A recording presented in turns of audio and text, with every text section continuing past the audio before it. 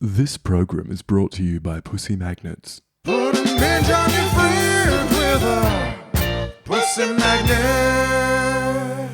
Welcome, my lovely lumps. Or should I say lovely labs? I'm so thrilled to have you here in the Labia Lounge. We're going to yarn about all things sexuality, womanhood, relationships, intimacy, holistic health, and everything in between.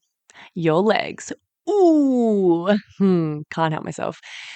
Anyway, we're going to have vag loads of real chats with real people about real shit. So buckle up, you're about to receive the sex ed that you never had and have a bloody good laugh while you're at it. Before we dive in, I'd like to respectfully acknowledge the traditional custodians of the land on which I'm recording this, the Wurundjeri people of the Kulin Nation. It's an absolute privilege to be living and creating dope podcast content in Naarm, and I pay respect to their elders past, present, and emerging. Now, if you're ready, let's flap and do this. Oh my God, is there such thing as too many vagina jokes in the one intro? Whatever, it's my podcast. I'm leaving it in. Don't panic, you're not broken. Your sex education was a piece of shit. Get your flaps out and pull up a couch. It's the Labia Lounge. Hey gang, just before we jump into this episode, I wanted to offer you an opportunity to access my new mini course for free before I start charging for it in future. It's for people with vulvas and it's quick to complete. It's all about demystifying the female body and pleasure anatomy and getting some basic fundamentals to understand your body better. It's called Pussy Pleasure Secrets, Your Roadmap to Bedroom Bliss. You can grab it on the freebies page of my website or in the show notes. It's a great little free resource to kind of dip your toe in or act as a bit of a taster for my work. So if you've ever been curious about this sort of thing and you just don't know where to start, or you want a really quick, easy, accessible, non-threatening way to get the ball rolling and start working on this stuff, this is a great place to start. Hello, all you lovely labial love bumps. Welcome back to the lounge. This episode, we're going to be chatting about surviving childhood sexual abuse and trauma, perhaps digging a little bit into my lovely guest's personal experience with being cancelled online, which seems sort of unrelated, but I feel like there's some intersections we're going to explore, and some pathways to healing and recovery from both of these quite traumatic journeys.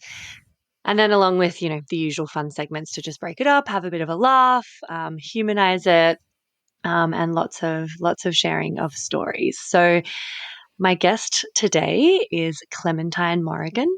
Clementine is a writer, zine star, and literary punk based in Montreal, Canada.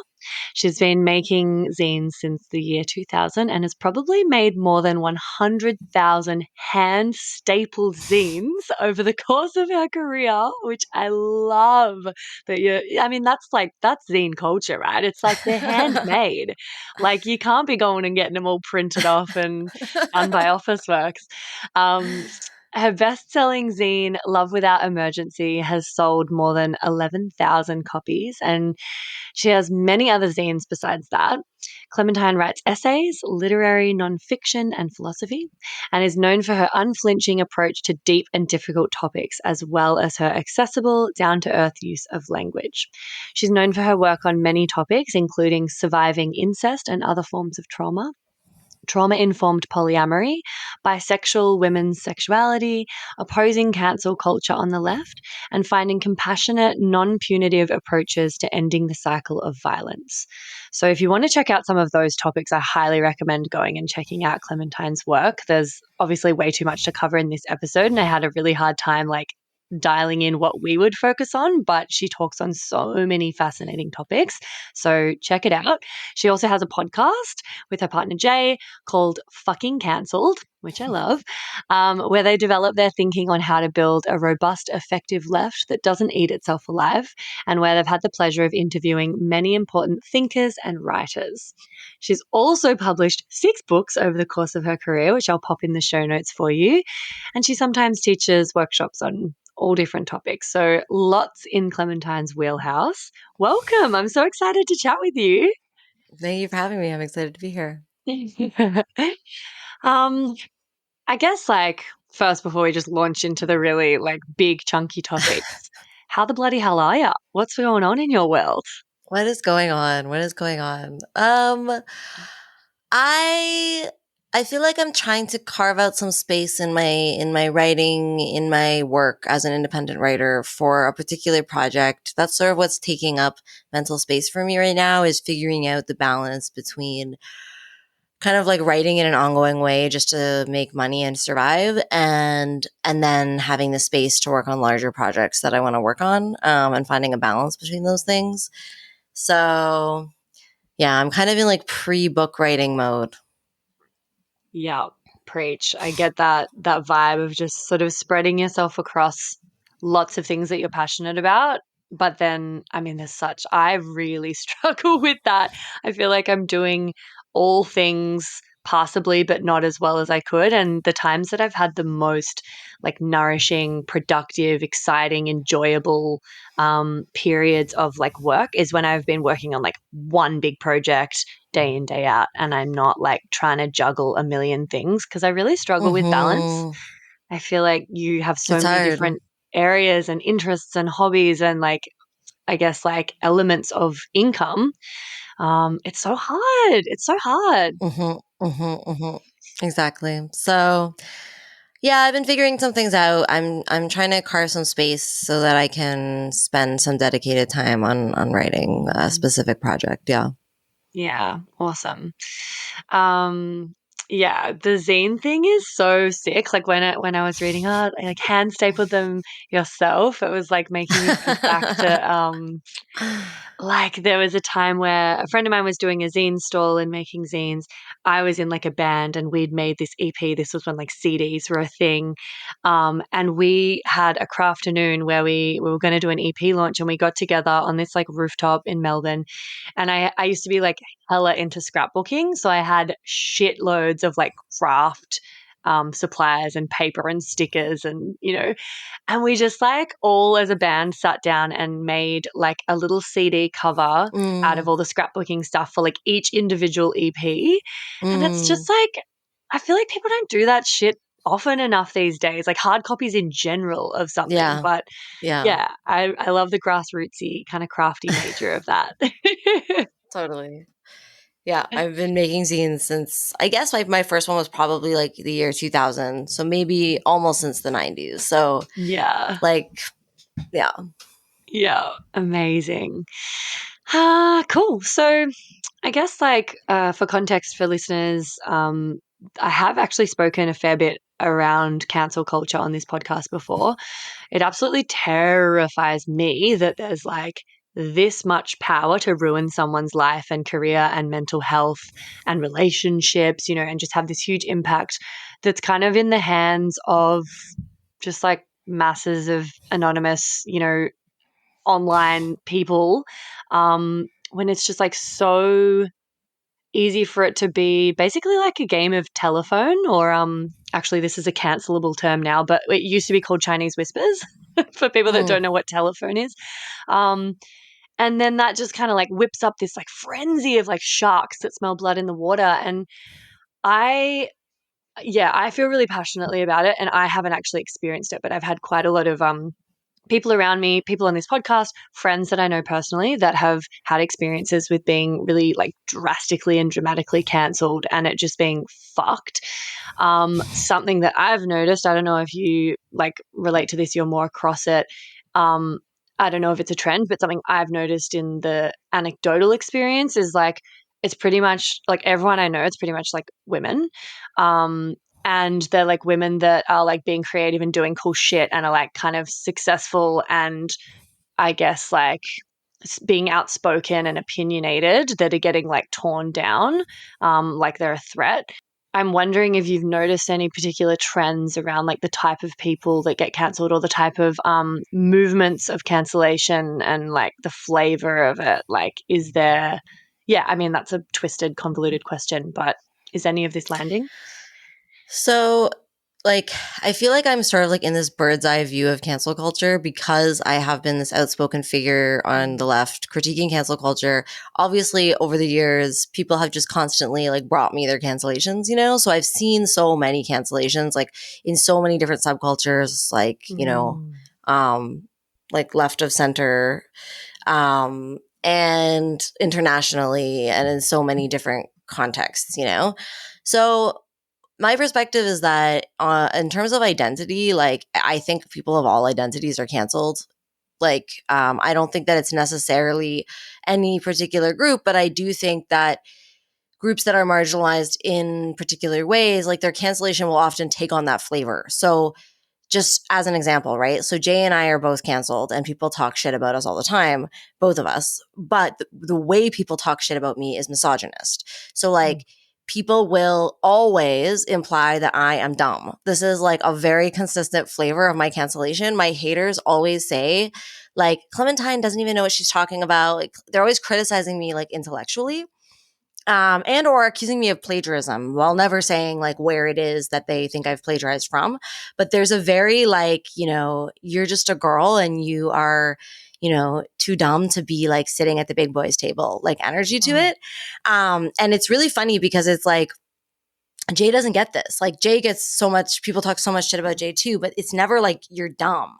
And it's really funny because I'm obviously not dumb.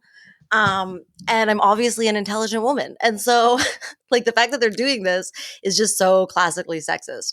So in that way, like I do think that even though all sorts of different groups do get canceled, the way that that cancellation plays out will often be flavored with different types of, you know, prejudice ideas. And also importantly for marginalized people who get canceled, particularly in like queer community and trans communities, like one of the things that's a big problem is that people are in those communities because they probably had a hard time being elsewhere. Like they've been driven out of other spaces. They need these subcultural spaces because they are queer, they are trans, right? And so being driven out of those communities is often like really fucked up for people, especially people who are marginalized very intensely in the larger culture. And then in terms of like types of people beyond like identity, like I do think that it's true that if you put your head up, you're likely to get canceled. So like it's very, very correlated with people doing something and getting some attention on them. And like when I've been writing and publishing since I was literally like a child, and definitely had like a following in my 20s. But in my early 30s, my Instagram blew up because I started to write like little text posts on Instagram that people really liked.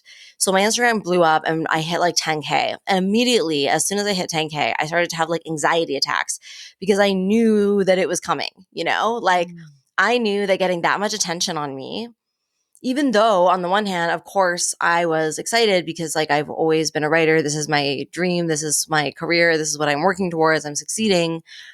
Like I even remember a time when I wrote an article and it was so successful and it went viral. And like the anxiety of that caused me to put my Instagram on private, you know, because the attention was so scary because I was like, someone is going to find a problem with this and someone is going to try to cancel me. And so I lived with that anxiety for years. And then when my career finally did actually start to blow up, I was like, fuck. And I made this post being like, you know, we pedestalize, you know, people. And then the opposite side of that, like the reverse side of the coin is cancellation. So like, please, like, don't pedestalize, please don't cancel, please just like see artists and leaders and people who are doing political work, people who are doing things, making things happen, just also try to hold on to their humanity and the fact that they're still people who are doing this work, right? Not symbols. And literally that was like, I hit 10K and then within like 5 or 6 months, I was at 50K. So like on Instagram, this is my Instagram numbers. So like, obviously I was like rapidly gaining, you know, popularity because of my fucking text posts. And so I was so fucking anxious and I just knew it was coming. And within 6 months of me first blowing up, I was brutally canceled. So like, to me, it's so obvious the correlation between getting any kind of like success in your work, getting any kind of attention on you, and people finding a reason to tear you down that they can be justified in, and celebrated and encouraged in. Yeah. Yeah, holy shit.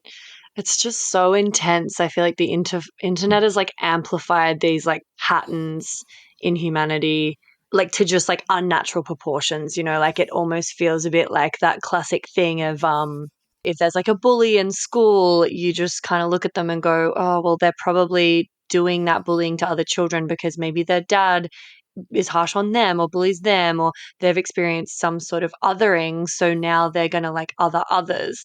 And it's almost like people find this sense of belonging and this sense of purpose in like different communities, being active online, different movements or whatever. And if anything else, if anything threatens that or goes against it, it just, yeah, it's just crazy. It's like, and I'm curious, something that I have heard, and I'm not across this is why I'm asking you, is there more canceling going on in like queer LGBTQIA plus communities and stuff? Because like I remember hearing that and being like, oh, that really surprises me, because you would think that after being othered their whole lives and struggling to find belonging and like needing people to be more human towards them would lead them to be more human towards others, but then it actually like kind of went in the opposite direction. Like, is that true in your experience?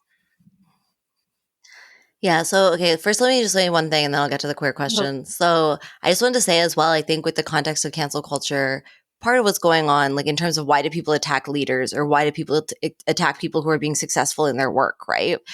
Why does someone getting attention cause others to want to cancel them?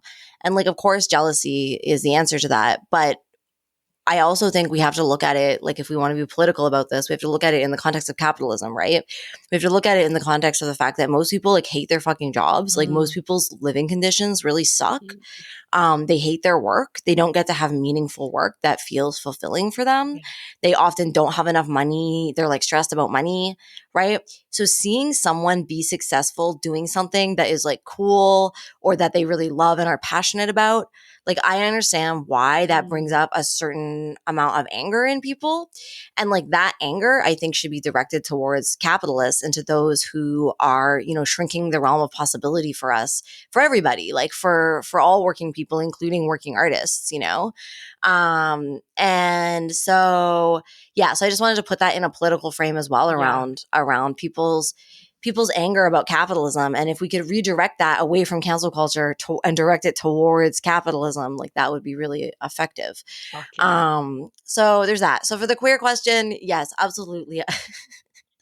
Absolutely. I believe that queer people, queer scenes, like queer culture, and okay, let me be specific. I'm not talking about gay men's culture. I'm talking about queer culture, meaning because queer is used in kind of different ways, right? And obviously gay men are queer, but there's another way that queer is used that is more like queer women, like sapphic, like subcultures, gender fluid, non-binary, trans, like sort of more mixed gender, but generally excluding cis men and generally excluding gay men. These queer cultures, which is my queer culture, so this is where I come from and speak from as a queer woman. These cultures have a history of being very fucking cancelly, very scary. And I'm just being honest about that. So, and I think that queer people know this and we talk about it privately, but I think maybe maybe some people would feel like it's not appropriate for me to be talking about it outside of those spaces, Obviously, I think that, like, don't be homophobic in general, right? But I think, like, in trying to understand, like, why would that be happening? Why are queer people like this? I mean, I think there's a lot of things, but we know that, you ask the question like, okay, if they've been marginalized and if they've been excluded, like, why would they repeat this behavior? But we know that actually trauma is a cycle, right? And people who are traumatized are more likely to go on and traumatize others. People who are really desperate for belonging and who feel really afraid about being cast out are actually very likely to follow arbitrary rules that they're told to follow in order to like secure that belonging. So like the peer pressure of like one person being like, cancel this person, a lot of queer people are going to say yes because they don't want to lose their community. But I also think in these particular queer cultures that we're talking about, where there's a lot of women, There's a lot of trans people. There's a lot of people who have actually experienced a lot of trauma, right? Like not just homophobic trauma, but also like gender trauma and sexual violence. Yeah. And so I think a lot of people are carrying a lot of trauma. And trauma causes people to act in all sorts of ways, like dysfunctionally, both like acting abusively in relationships, also being like super like unable to discern the difference between conflict and abuse because you have a past history of trauma. So I think there's a lot of that going on with queer people. And other stuff too, right? Where the like a little bit of a more maybe political answer. I think that's political too, but in a different way. Like we're traumatized. But also I think that queer culture was like very captured by the university, you know, was very captured by a sort of middle class, upwardly mobile, like left adjacent but really liberal university way of looking at the world. And a lot of queer people, like obviously there are working class queers, but there's a lot of overlap between like queer world and this sort of like academic activisty world. And that academic activisty world is a super, super cancelly place. So it's also, I think, because of the Venn diagram of those two things. Yeah, absolutely. Yeah, really resonate with that the activisty sort of advocacy space. It's like you've had to really like speak out and believe firmly in things and go against the grain, and like you're kind of in the habit of like constantly fighting the good fight, and it gives you such a sense of purpose and such a sense of meaning and also belonging within the community that's also fighting that fight alongside you. And so you're kind of already in this like adversarial, like, hyper vigilant state all the time because you're, often in the minority fighting against more mainstream beliefs for something that's really close to your heart. And so then that's like, it's easy to see how that would spill over into getting up in arms about things and cancel culture. Yeah. And I also think part of it is scapegoating, right? Like what's happening is that people feel powerless. They can't actually reach the people that are actually oppressing them, right? Like they can't actually reach the billionaires. The left has been really ineffective for basically the entire existence that I have been alive, right? Like I'm almost 40. The left has not been able to, for lots of reasons, for lots of complicated political reasons, neoliberalism has won and the left has been toothless. And so because of this, people have not really seen any real effective change. And so we feel so helpless. And therefore, we really want to take action that is meaningful and effective and works. And so we know that we can take down our community members, right? We can take down that person on Instagram. We can take down like that person we heard rumors about in our scene, whatever. And so it's easy to do that. And it feels like you're doing good in the world and it gives you that dopamine hit of success. And I think that, like part of what we need in order to move away from cancel culture is to figure out how to have an effective left that actually gives people meaningful wins so that we don't need to do this sort of symbolic action where we sacrifice our fellow, working people to emotionally feel the catharsis of effective political action. Oh my God, that's so well put. Yeah. I was sort of thinking along those lines of like, it's kind of the easy target, the low hanging fruit, the vulnerable, sort of runt of the pack that's falling behind that you can kind of pick off easily instead of actually going for the main herd. Like we do feel so powerless and so helpless and frustrated and impotent so often around creating change. And so it does make a lot of sense. And, I feel like in some ways there's been a real, especially, I don't know heaps about it, but like the kind of like advent of the internet and then like originally like some of these like chat forums and the movements that happened in this like internet like counterculture with like these kind of these like bedroom nerd keyboard warriors that found community and belonging and like purpose in that real beginning like of the internet. And then it kind of got commandeered and 4chan went crazy and it's become something really misogynistic and quite toxic. But there's like really beautiful intentions and roots to a lot of these things to begin with, and then it just kind of gets distorted and becomes sort of cowardly and misguided, which, you know, it's just such a beast to like wrangle. I feel like the internet, I mean, all of it is so frightening what's now possible, and that we're all still being so manipulated, and turned against each other instead of the powers that be, because we're so distracted, like with all this infighting and all of, you know, this picking off the weak, that we actually aren't effective in terms of like creating proper change and big movements. So you did such a good job of explaining that. Thank Thank you. you. I'm curious to kind of get into, it seems like completely unrelated, but I know you've had some personal experience with childhood sexual abuse, incest, like recovering from trauma. I'm sure like your creativity and your writing and your activism has played a really big part in that healing journey.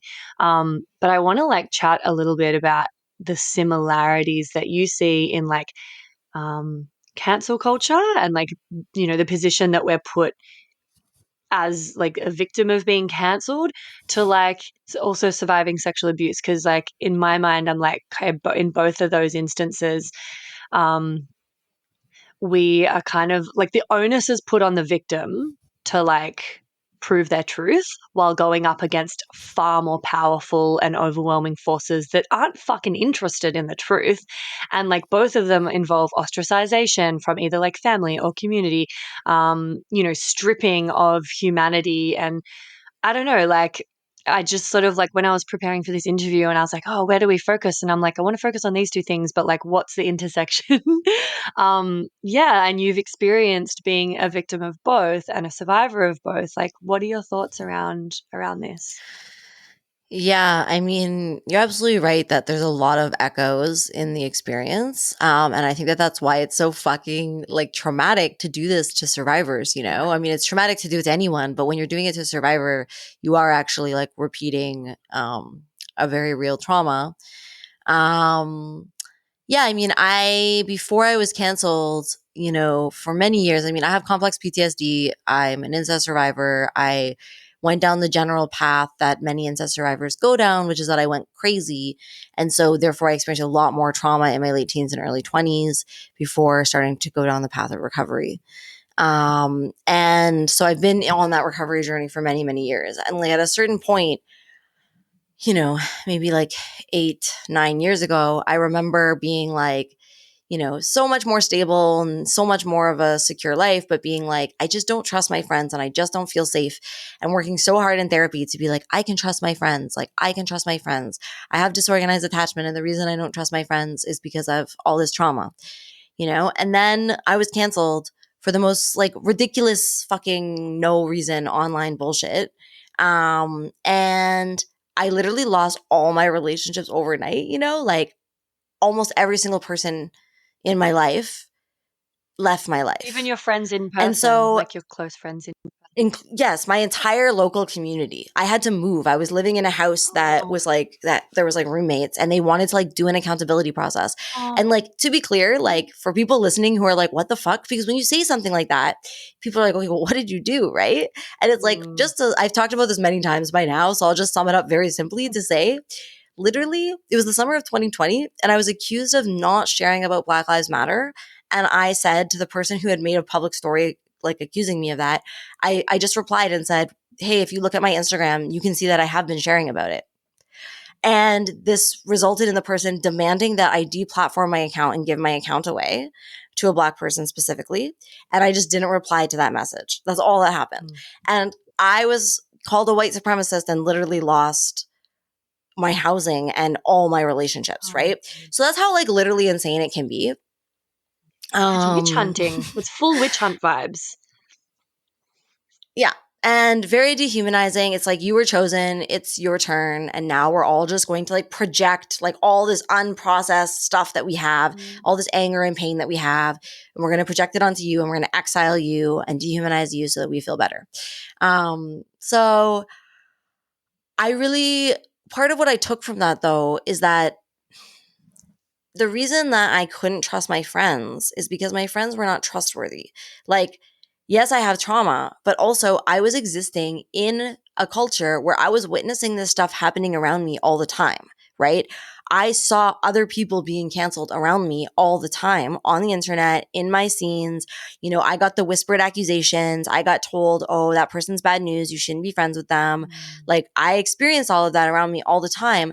And so, of course, I did not feel safe in my community because, of course, I was always waiting for the moment that people decided to turn on me, especially as someone who has like a public facing job, you know, like I was always scared that that was going to happen to me. And like, it makes sense that my body like didn't feel secure in those friendships because they're not trustworthy the way that they treat people like that, you know? So I think the most devastating thing for me is that cancel culture reproduces a logic that is the same logic that underlies the denial that makes incest function, which is basically that people can either be like people we love, admire, care about, or they can be abusers. They cannot be both, right?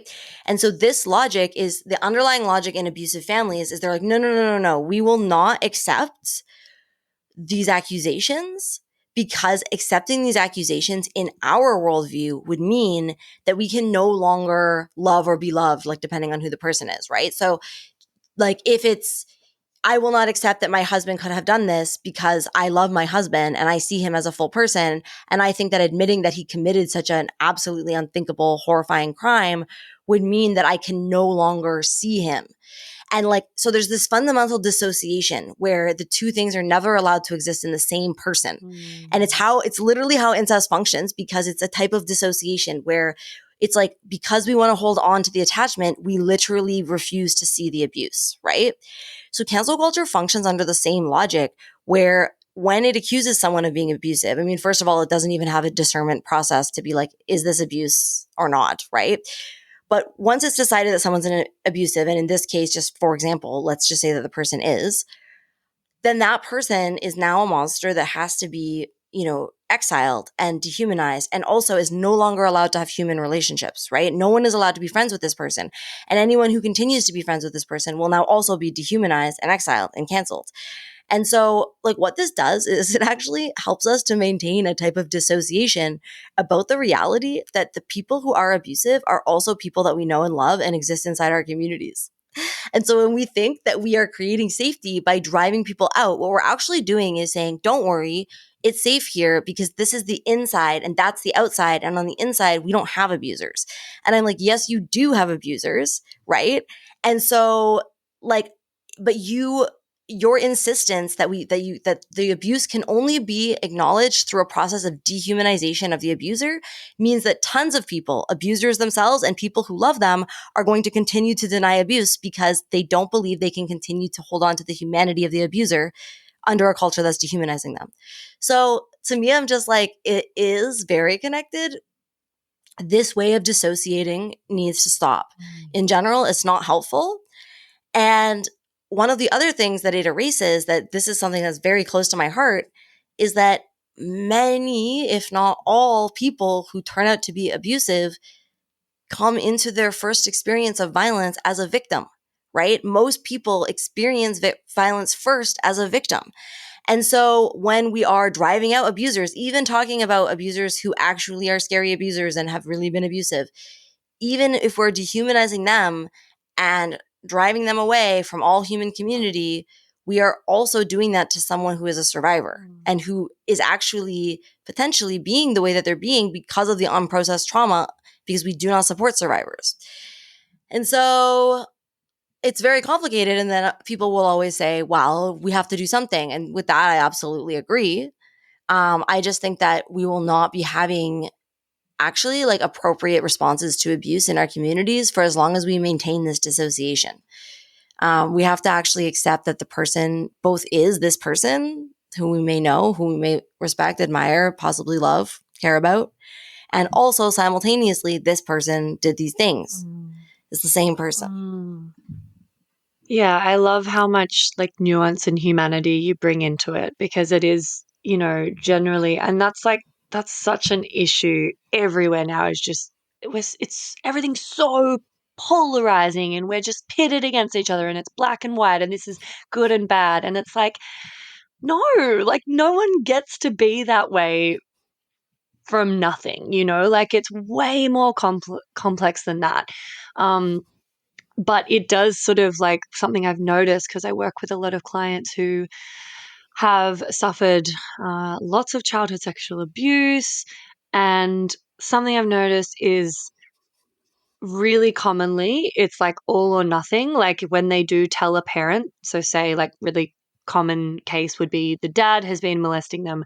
When they tell the mum is kind of now in this position where it's either like minimize and deny that this is even happening and like totally not believe the daughter in order to just like maintain the status quo and keep the family together and like stay with their husband, or it's like the other end of the extreme.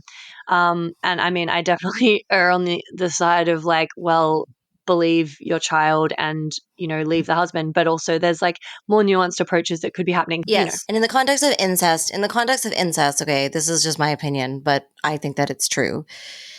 In the context of incest is a family system. It is not a discrete relationship between perpetrator and victim. And so what that means is that the mother or the wife or the partner, however you want to call that person, in a situation where it's patriarchal incest with a male perpetrator and there is a mother involved, in many, if not most of these cases, she's already implicated. Not in the same way, but she is either allowing or not seeing things that she absolutely should be seeing. And the reason is probably because she comes from a family of incest, right? And so again, it's like the question, I think people like misunderstand what I mean by this, because like the question that I want that mother to reckon with is not like, what do you do now that you realize, you know, it's that this man that you love, that you have loved this entire time was already doing this. And you on some level know what is going on. Why, like, how is your brain going into this dissociative state to not see things that you absolutely should be seeing? And this is a larger cultural, you know, the responsibility doesn't just fall on her. It falls on a larger culture that normalizes the sexual abuse of children and also provides no care for the massive amount of intergenerational trauma that exists, right? And so for her, it's probably totally normalized because like that is what, you know, it like, you know, my family, they're so fucked up and like my childhood was so fucked up. But like sincerely, both of my parents really like improved from their parents. You know what I mean? Like their families were even more fucked up. And so to them, they're like, we did good. Like we like we did less trauma, you know? But like you still did a lot of trauma. That was a lot of trauma. But I think for them, it's really hard. It's part of the reason why it's difficult to own it because it's like, well, but, you know, look at what happened to us, you know? So yeah, it's definitely complicated. But, you know, I'm from Canada. I live in Canada. And there was a big, you know, scandal, I guess, last summer about a famous Canadian writer named Alice Munro. And she writes short stories. Well, she passed away, but she was really a famous Canadiana like writer. And so her daughter had been sexually abused by her stepfather, which was Alice Munro's husband. And, you know, the Alice Munro like supposedly didn't know while she was a child. And then like when she found out later, she was horrible about it and reacted really badly and never took responsibility and always stayed with the perpetrator. And so the daughter eventually, like, she came out and publicly talked about this because Alice Munro is a famous, you know, like not only a famous writer, but she's considered a feminist, you know? And so the daughter talked about this publicly. And one of the things that she said that I think is so important is that she was like, I'm not actually asking people to like get rid of my mother's books from all the shelves or like never talk about this part of like Canadian literary, you know, the canon of Canadian literature. Like she's an important Canadian writer. But what I would like is for this story of the sexual abuse and my mother's inaction to be able to be held alongside the other stories that people tell about my mother, to hold them together, you know? And I think that is the thing that people find the hardest to do. Like when they want to validate that abuse is real, they just want to be like, okay, let's just get rid of the person, everything about the person. But to me, this is a failure to take responsibility for sexual abuse because it's like, okay, we actually have to figure out why this happened, you know, and like why it keeps happening. And we can't do that just by throwing people away. we actually have to look at it, you know? So, yeah. Yeah, something that was super difficult to do because like we just really want to categorize and we want to be able to like put things in a specific kind of box and feel a specific way about it. And it's very uncomfortable to like be able to hold, you know, like two truths at once. Like, you know, there's so much paradoxical stuff that kind of like short circuits my brain half the time. And I'm like, sometimes I feel this way about this, but then also this. And then how do I like hold both things at once? Because like actually I think both of them are true. And also then though, what the fuck's the answer? Because I feel like it's then difficult to know what the next step is or what the solution is, you know, and there's no one size fits all. That's obvious. Hey, baby babes. Sorry to interrupt. I just had to pop my head into the lounge here and mention another virtual lounge that I'd love you to get around. It's the Labia Lounge Facebook group that I've created for listeners of the potty to mingle in. There you'll find extra bits and bobs like freebies, behind the scenes, or discounts for offerings from guests who have been interviewed on the podcast. There'll also be, hopefully, inspiring, thought provoking conversations and support from a community of labial legends like yourself. My vision for this is that it becomes a really supportive, educational, and hilarious resource for you to have more access to me and a safe space to ask questions you can't ask anywhere else. So head over to the links in the show notes or look up the Labia Lounge group in Facebook, and I'll see you in there. And now, back to the episode. Yeah, I mean, I think that part of the problem with all of this is that we aren't specific when we're talking about what we mean by solution, right? And there's many different problems. There's many different problems happening and they require many different solutions. And so like one of the things that I think is useful is for us to just be very specific and speak very clearly and think very clearly about these problems so that we can try our best to come up with solutions. And like, unfortunately, in some cases, like there are no easy solutions because the real answer is people need to transform, right? And this is not something that we can just do this, that, and the other, and then people will transform. Like there are things we can do that either increase or decrease the likelihood of people transforming. And we should definitely, you know, try to increase the likelihood, I think. But there's other questions, right? Like the ultimate goal is for this person to transform. But in the meantime, there's other questions such as, you know, like the ongoing safety and boundaries of the person who was abused, for example. Like that can be protected and addressed to varying degrees of success depending on the situation, but it should be not just the survivor who's dealing with that, right? And then there's obviously like the recovery of the survivor and the recovery of, you know, everything that led to that situation. So there's many, many different things and we need many different solutions. And I think underlying all of it is like basically two main things. We need basically socialism. Like we need people to have access to non-coercive, free, trauma-informed care and enough of their basic needs to be met that they actually have the time and space to work on their trauma, you know?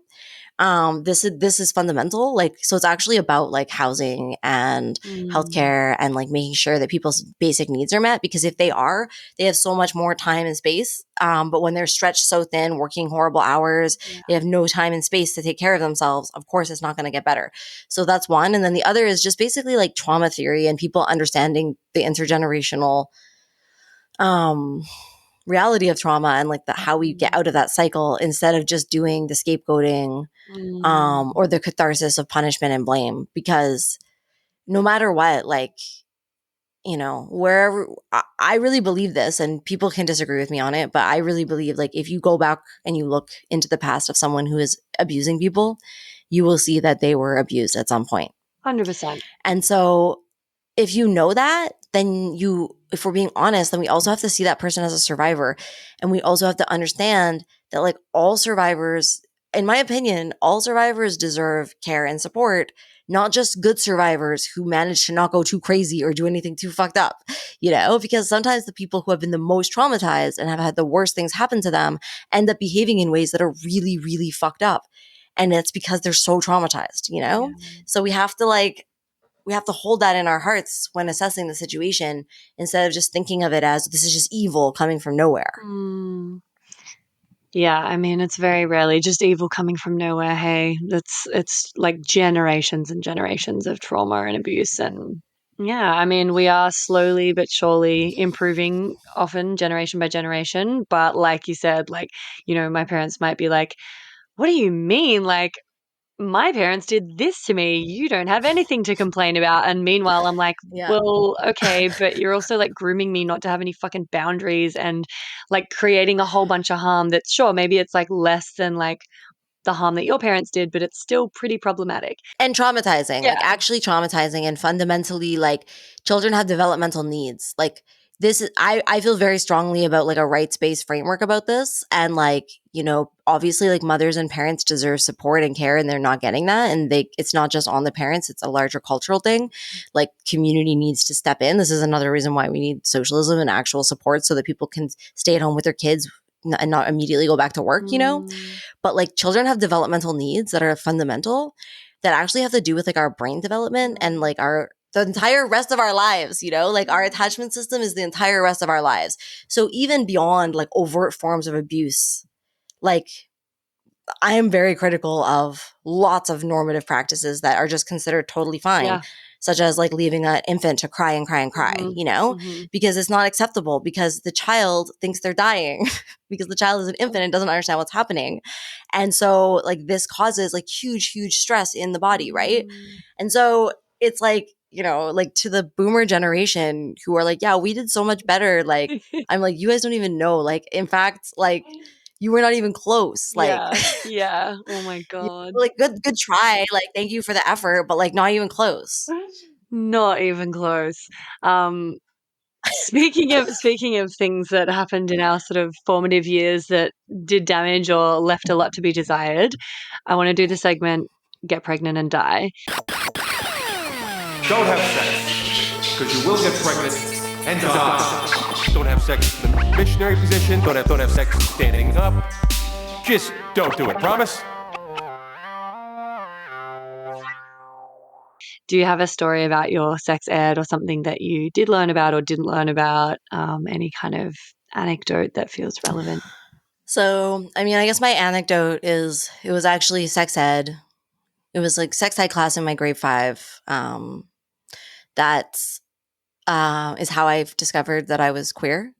And it was not a positive experience. So basically, I was watching a video that seemed to have been made in the 1980s, I guess, that was talking about like puberty. And like different changes that are happening during puberty. And one of the things that it described was, at this time you might start developing a crush, like crushes. And this is like a certain feeling where you feel like butterflies in your stomach, and like you can't stop thinking about someone. Maybe you smile every time you see them and you get really excited.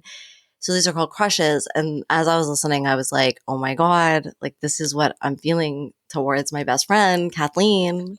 And then and then it said, these are perfectly normal feelings to have about someone of the opposite sex. Oh God. And so I immediately knew, like, I immediately understood. And it's like, I had heard about gay people. Like, I didn't first make the connection, but then once they said that, I was like, oh, I'm like one of these types of people.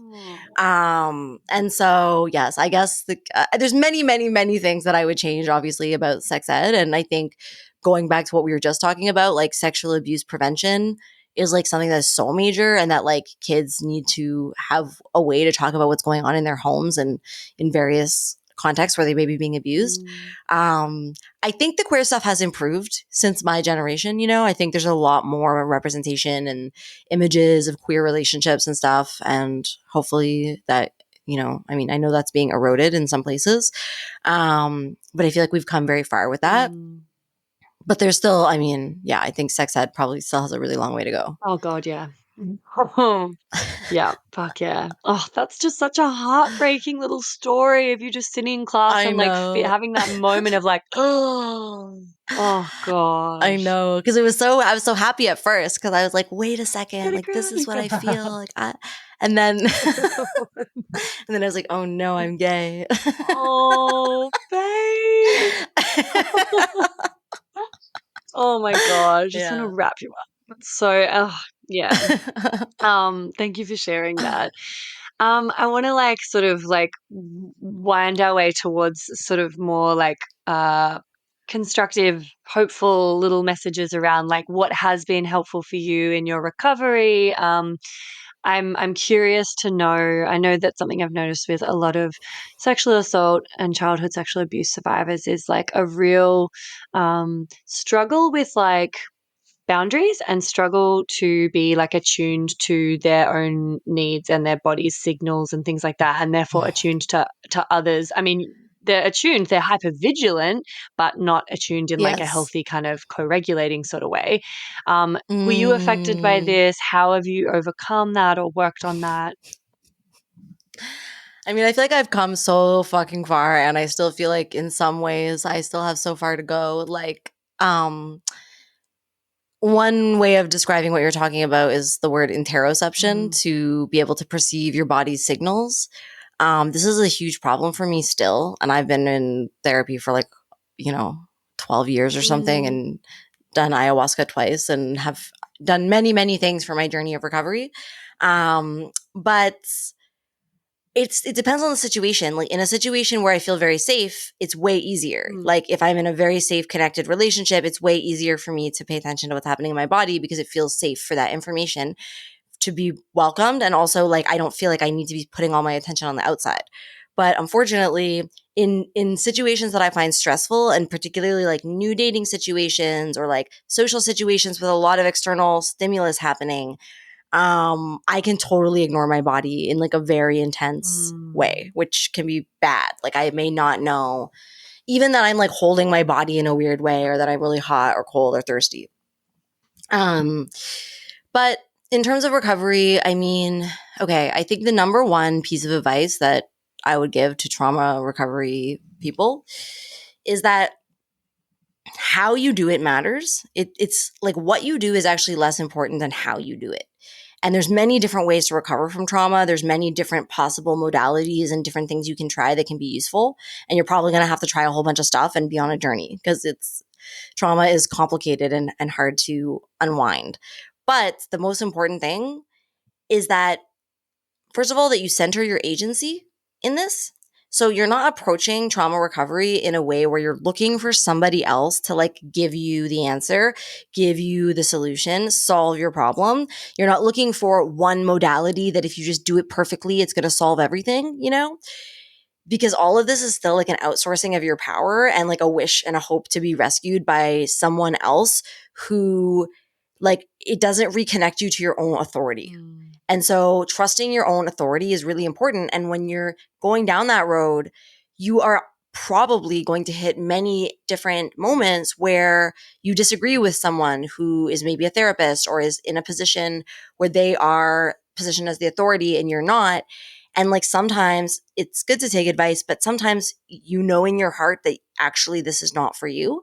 And like trauma survivors need to, part of our work is learning how to honor that, So anyone who's acting like they're in charge is just like stay away from that.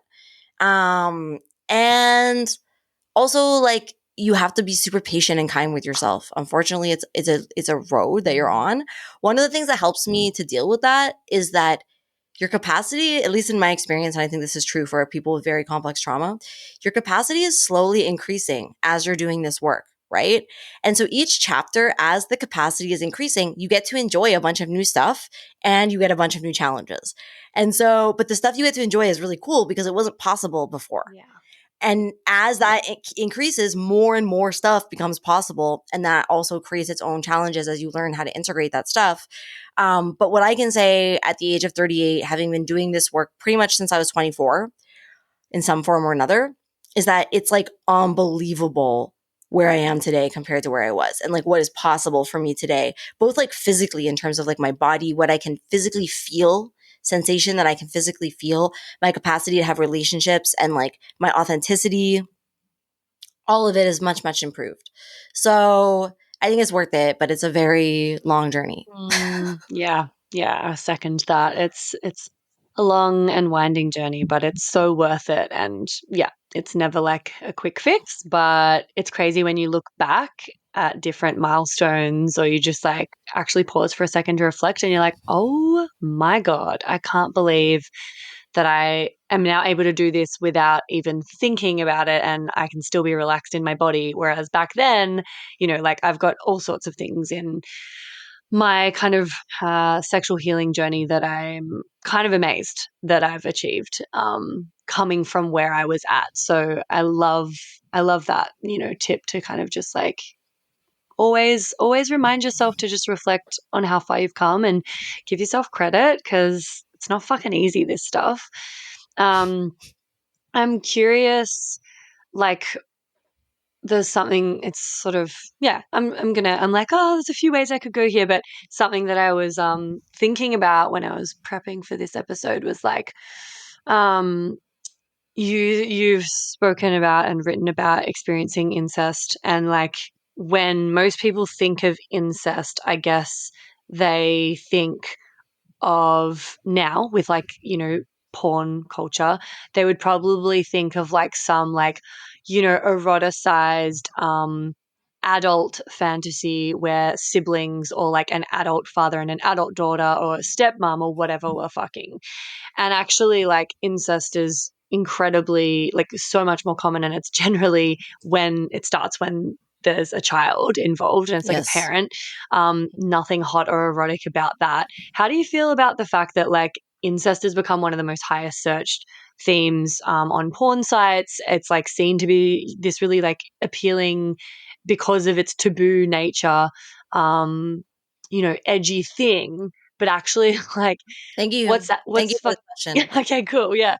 Yeah. I was like, is this? Yeah. But it's just so bizarre to me that all of these things that have been framed in a way that's like appealing because of how edgy and taboo and stigmatized it is. They're like fantasies, and it's glorified or fetishized, and actually like just getting down to brass tacks, incest, the most common form of incest, is like fucking happening to children. Like, how does that Yes. feel? Yeah. I mean, I completely agree with you. And I believe that the word incest means the sexual abuse of children within the family. That's what it means. And I don't understand why people want to like die on the hill of like some kind of weird hypothetical situation in which two adults who are definitely not traumatized by incest in their childhood, want to for some reason have a sexual and romantic relationship with their sibling or family member. Like, first of all, I don't even know about such a situation, but if such a situation would happen, I would immediately suspect that those people had in some way been sexually abused in their childhood, in their home, in their family. Okay? And so, but regardless, what incest is the sexual abuse of children, and it's extremely pervasive and common. Like tons and tons and tons of children are being sexually abused in their homes. And yet, when we want to like fucking look into or learn about this form of violence and oppression that has happened to us, the only thing that is going to come up is fucking porn. Okay. And so, yes, it's a big fucking problem.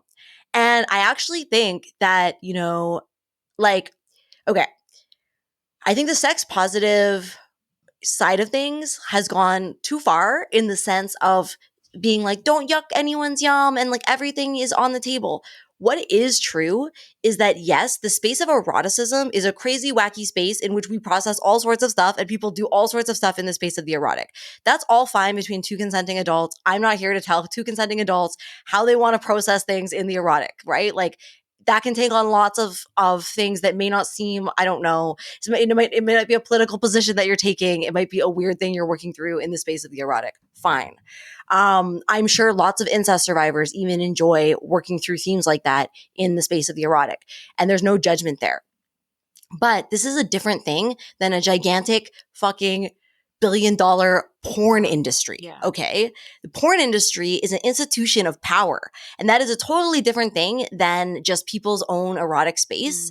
And in fact, it's influencing people's erotic space. Yeah. Because while I do believe that there are people who want to work through certain things using themes around incest and their sexuality, I believe that definitely way, way, way, way, way, way, way more people are going down that road due to the exposure in porn, because it's literally everywhere. Even if you're not looking for incest porn, it's always there. It's like very fucking intense how present incest porn is in the general porn atmosphere. Something that should be seen as like, you know, a fantasy about a really severe fucking taboo in society because it's about the abuse of children is now just turned into run-of-the-mill pornography that is just everywhere.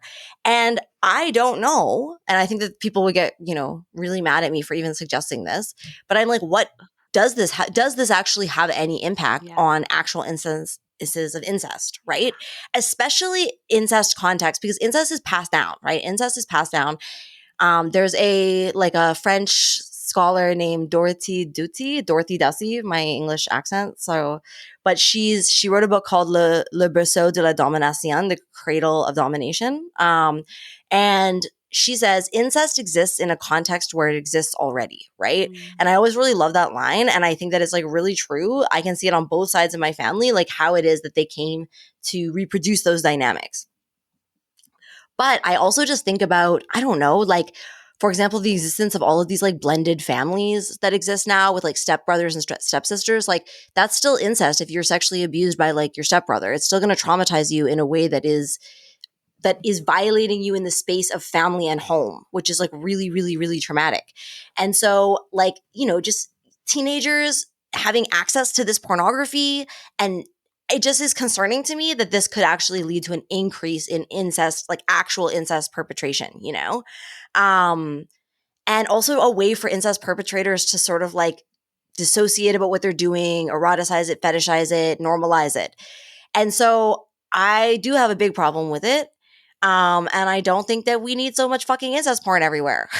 Like, I don't know why this is such a big controversial statement. Dude, I know. And it really, like, as soon as you go for porn, like big porn, people fucking lose it. Like, it's so controversial. Like, I have really strong opinions around this and how porn like shapes our brain and can rewire our brain in really unhelpful ways. And especially given the age that people are getting onto it now. I'm like, For sure. this is Yes. fucking scary, guys. Why are we not?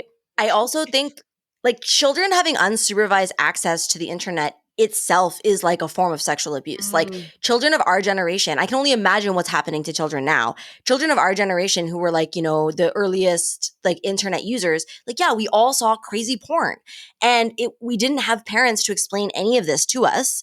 And it was very confusing and upsetting what we saw and what we were exposed to as children. And now it's like even more. And I've talked to women younger than me, Zoomer women, who have literally told me that in their dating lives, it's like really normal for men that they just meet on Tinder to like start choking them or doing behaviors that would have been more high level BDSM type behaviors that you're supposed to be negotiating about and having safety protocols about. But it's just random fucking guys who are probably drunk and don't know what they're doing and have not asked for consent or talked about it, who literally just see this in porn and think that it's like what normal sex is, you know?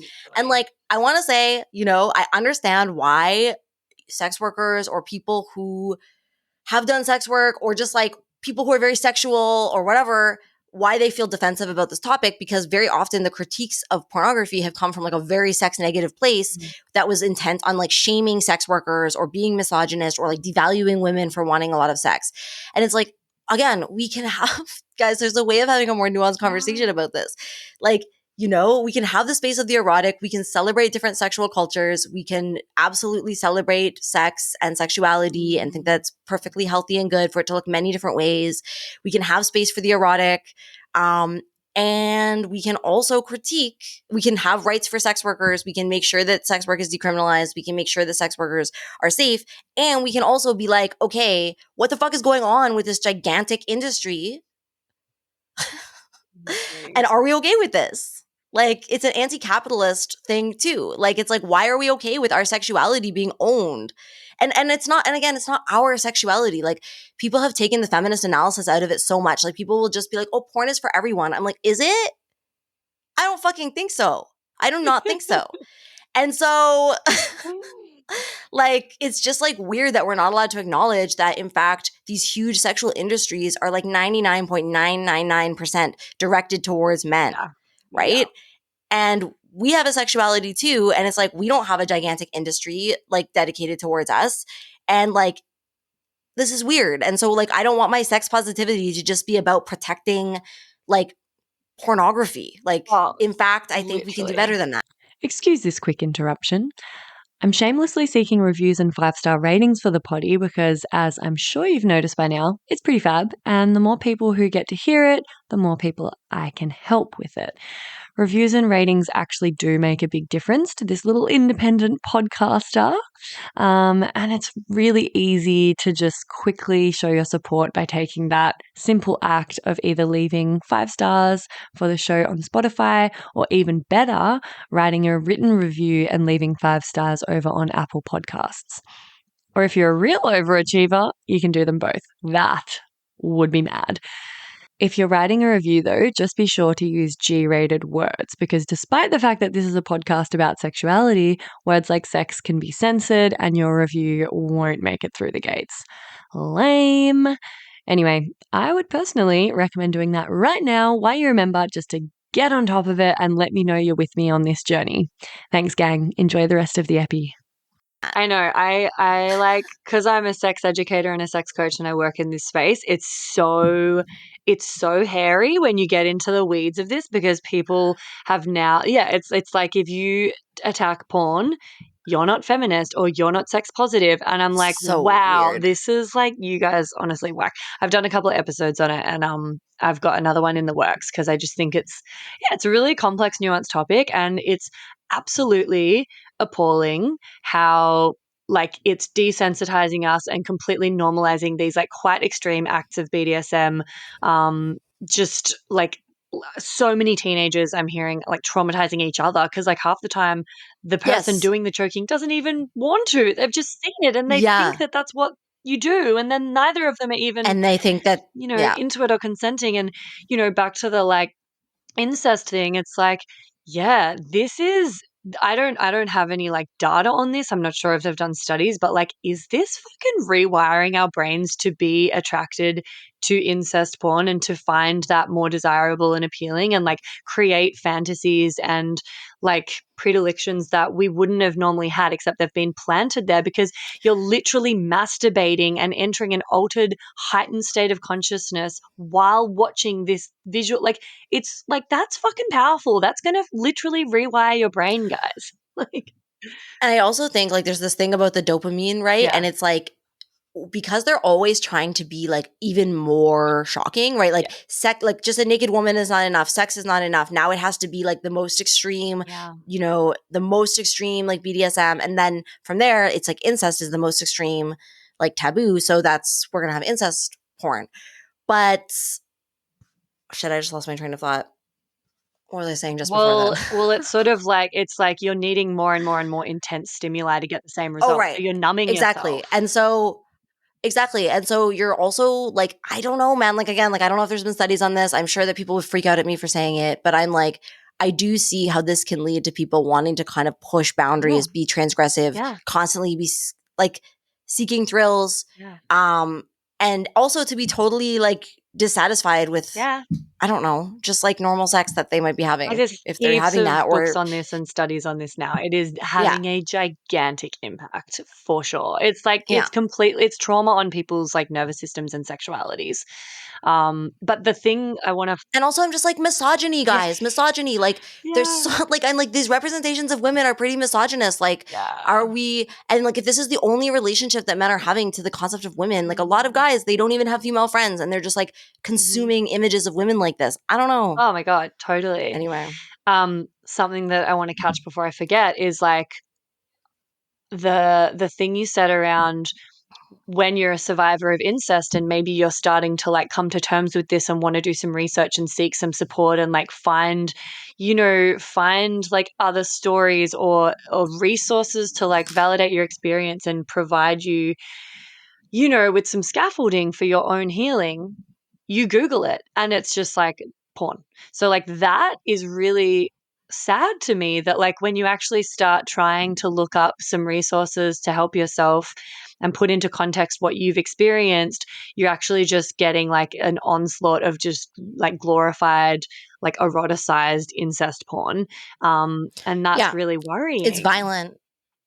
It's really violent. And I think that there's also very little actual support for incest survivors. Like, we know that this is like an epidemic of child abuse that is happening. Like, we know that there's a lot of child sexual abuse in the family.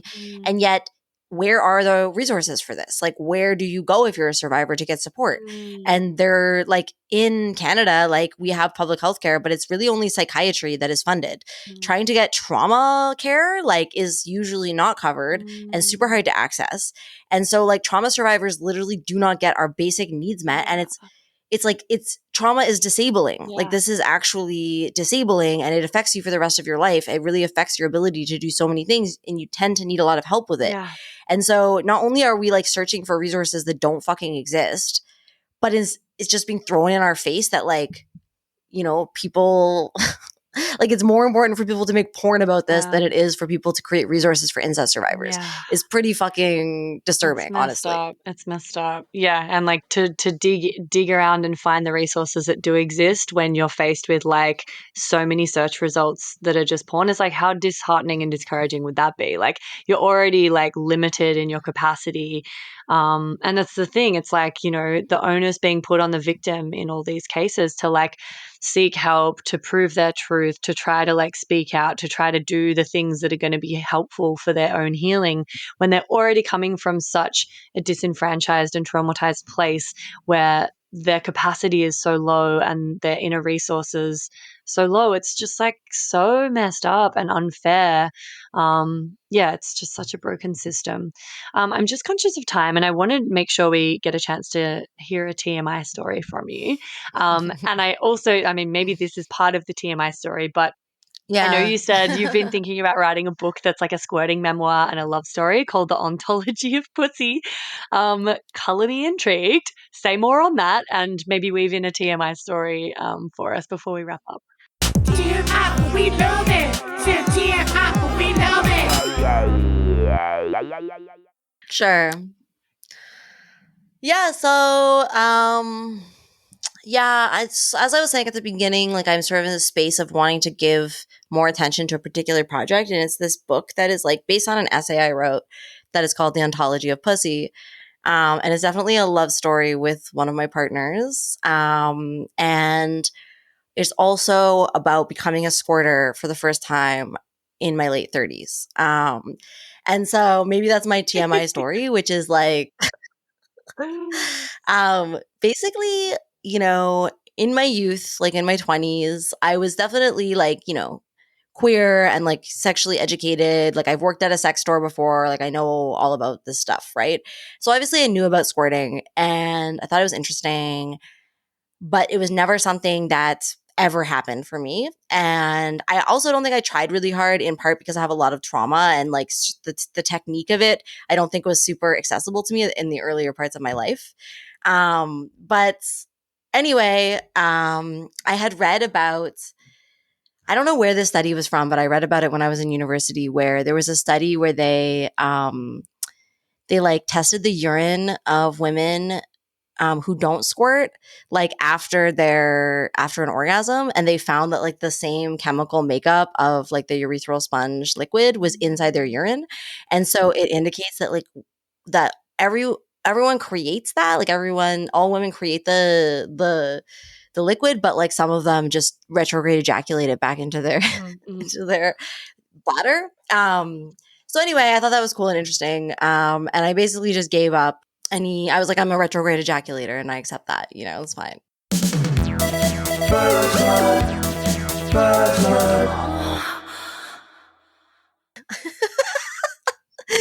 Until my late 30s, and this current partner of mine, who is a very gifted lover, and I had like these incredible experiences of not just like squirting, but becoming a squirter. Like, now it's just something that I do.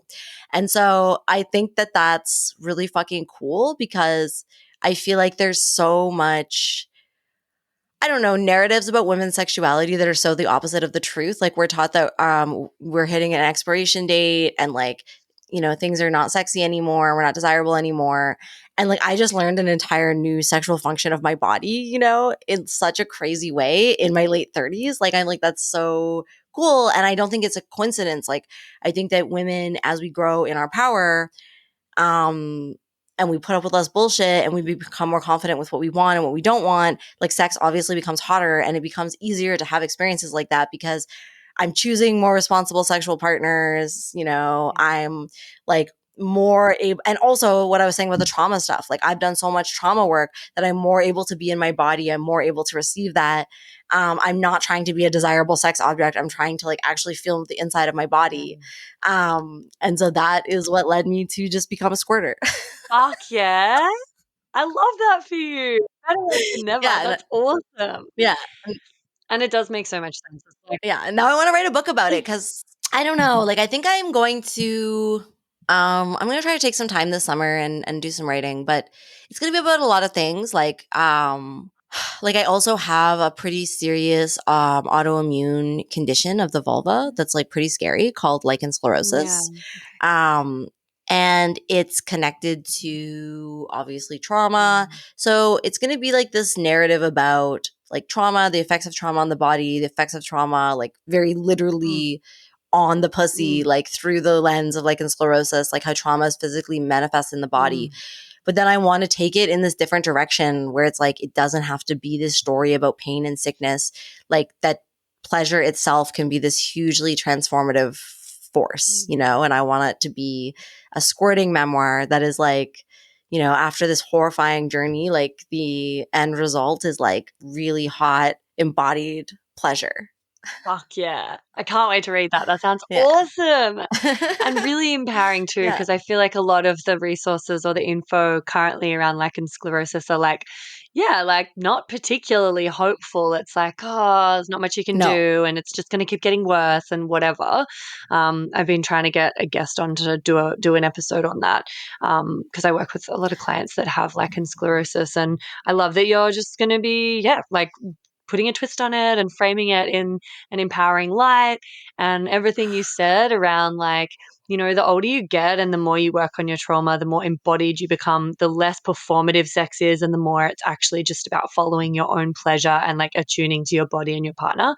Like the fucking more orgasmic you become and the better and more relaxed and fun sex becomes. So yeah, I feel like there's so much to look forward to, and it's only going to continue getting better as long as this is like an area that people, you know, actually just put some love into and work on. Your sex life isn't like, I've got an episode literally called Your Sex Life Isn't Over When You Hit Menopause, because so many people that I've interviewed talk about how their sex life is literally popping off like never before now that they, you know, they're not sort of in their younger years, like with hormones of accommodation causing them to, you know, people please to the point where they're not standing up for what they fucking desire and what feels good for them, and having to be forced, you know, to actually just put boundaries in place or ask for their needs to be met because their body literally won't allow any less than this anymore, you know? Like, yeah, we have so much control over the kind of sex we have and how we experience it when we actually realize that, you know, it's like when we reclaim it and we reclaim our bodies. And yeah, I love that. Yeah. I just wanted to say one more thing about the lichen sclerosis, just because maybe you have listeners who have lichen sclerosis. But I just think that like literally all the resources on lichen sclerosis are literally like, and trying to Google about that is like a horror movie, you know? Like they're literally trying to terrify you. And it's horrible because it's like literally like, to me and my understanding, this, it's not fucking random that this is happening on your vulva, right? Like I really think that this is a manifestation of some fucking pain and trauma and stress. And like having that, just the way that the medical world talks about it is so fucking horrible that like it's like toxic. Like I actually take it as like a toxin. Like I can't look at it because it makes me go crazy. And I actually realized that, you know, like of course you need to find your own, you know, strategies for treatment, but like as well, and as part of that for me, like I have found that actually like treating my fucking vulva with like dignity and actually like honoring my eroticism is fundamental to my healing in this way. And like, it's not fucking sexy to be so stressed out and looking at all this stuff, right? Like we need to have narratives about this that are not just like reiterating like the stress and pain and trauma, but that are also like inviting us to have different kinds of experiences with our vulvas that can feel fucking nice, you know? Yeah. So Yeah. yeah, that's part of what this book is going to be about. Oh, I love that. I fucking love that. Well, let me know when you've written it because, yeah, I know a lot of people who have received the diagnosis and just like it's, yeah, like when you Google it, even the way that like the doctors have spoken to them and like talked about it, I Yes, am it's horrible. horrified. It's so cruel and it's so unnecessarily like doom and gloom, catastrophizing, like no hope. It's just awful and yeah, stressful as fuck. And for anyone with lichen sclerosis or any other forms of chronic illness that the doctors don't fucking understand and just tell you that it's permanent and you're going to have to take steroids forever and Yeah. like you're fucked basically. I really recommend Gabor Mate's The Myth of Normal. And his book When the Body Says No, but The Myth of Normal is like also includes some of that and is the newer one. So you could start there. But it's a totally different way of looking at what chronic illness actually is. And it's a holistic way that actually understands it as deeply connected to our emotional and relational experiences, not just a random physiological illness that you just got for some reason, you know? And so understanding it in that holistic way, I think is really, really, really fucking important and opens up so many more possibilities for your own recovery than what the medical world is offering, you know? Yes. So Yeah. I really recommend Yeah, that. I'm going to double tap on that. He is incredible. Definitely, definitely recommend those books. Yeah, beautiful. Okay. Well, this has been such a big meandering conversation. I really appreciate your time and your expertise and just like your breadth of experience and yeah, just like thoughtfulness with how you navigate all of these like crunchy topics. Is there anything that you kind of want to like leave us with or a gap that you want to fill that we haven't covered before we wrap up? Hey, me again. If you'd like to support the potty and you've already given it 5 stars on whatever platform you're listening on, I want to mention that you can buy some really dope merch from the website and get yourself a Labia Lounge tote, tee, togs. Yep, you heard that right. I even have Labia Lounge bathers. Or a cute fanny pack if that'd blow your hair back. So if fashion isn't your passion though, you can donate to my Buy Me a Coffee donation page, which is actually called Buy Me a Soy Chai Latte, because I'll be the first to admit I'm a bit of a Melbourne cafe tosser like that. And yes, that is my coffee order. You can do a once-off donation or an ongoing membership and sponsor me for as little as 3 fat ones a month. And I also offer one-on-one coaching and online courses that'll help you level up your sex life and relationship with yourself and others in a really big way. So every bit helps because it ain't cheap to put out a sweet podcast into the world every week out of my own pocket. So I will be undyingly grateful if you support me and my biz financially in any of these ways.